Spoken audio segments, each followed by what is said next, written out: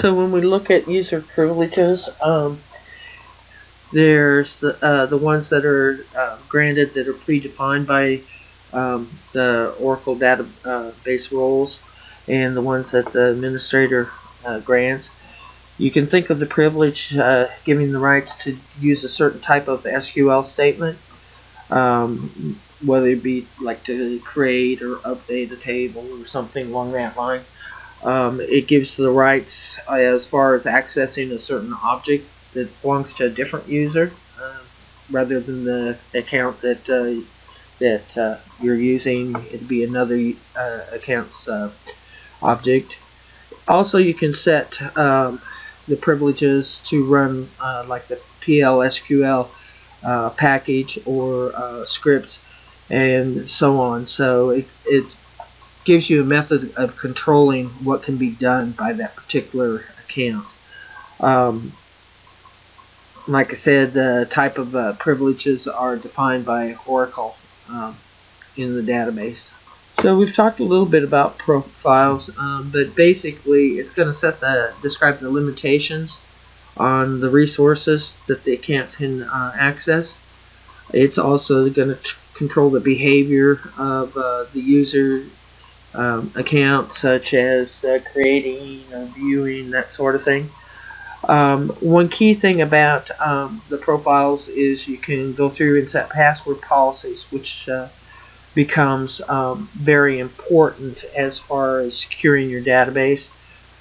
Key note is that the SQL server does not offer profiles.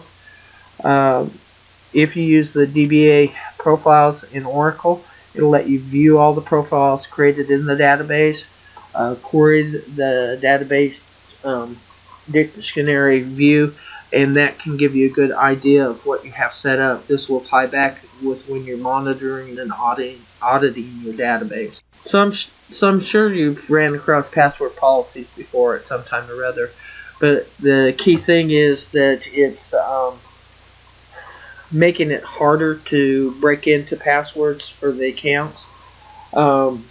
With that, then it's looking at authentication and how it's done with the passwords.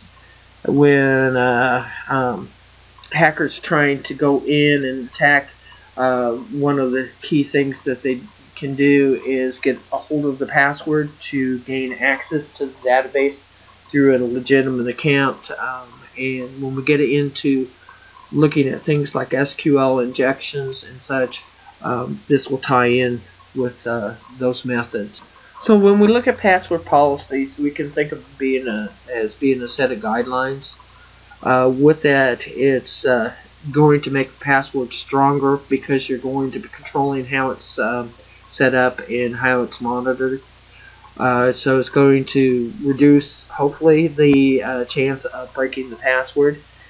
With that, there are several things that you can set, such as the complexity of the password, which would be how the characters of the password are formed, uppercase, lowercase. If you talk about complex, you're talking like the length of 13 characters with upper and lowercase characters, numbers, special characters. If you talk about the change of frequency, is how often, like every 30 days, 60 days, that sort of thing.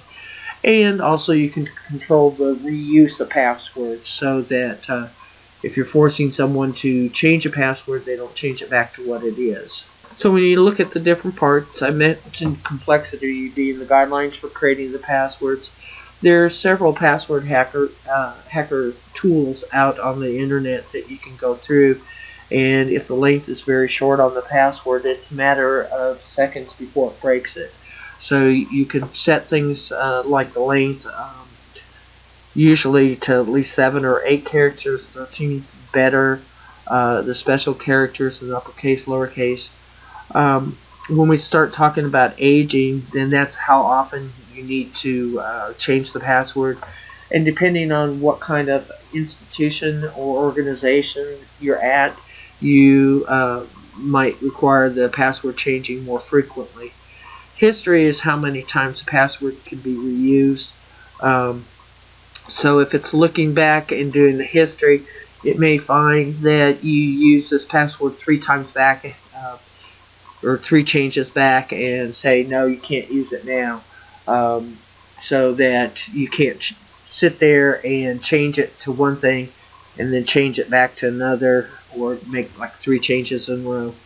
And then if you start looking at the storage, you're looking at whether it's going to be in encrypted form or what manner it's actually going to be stored, which is a key issue on attacks, and whether gaining access to it, if it's in unencrypted or clear text, versus having it encrypted where it's not readable.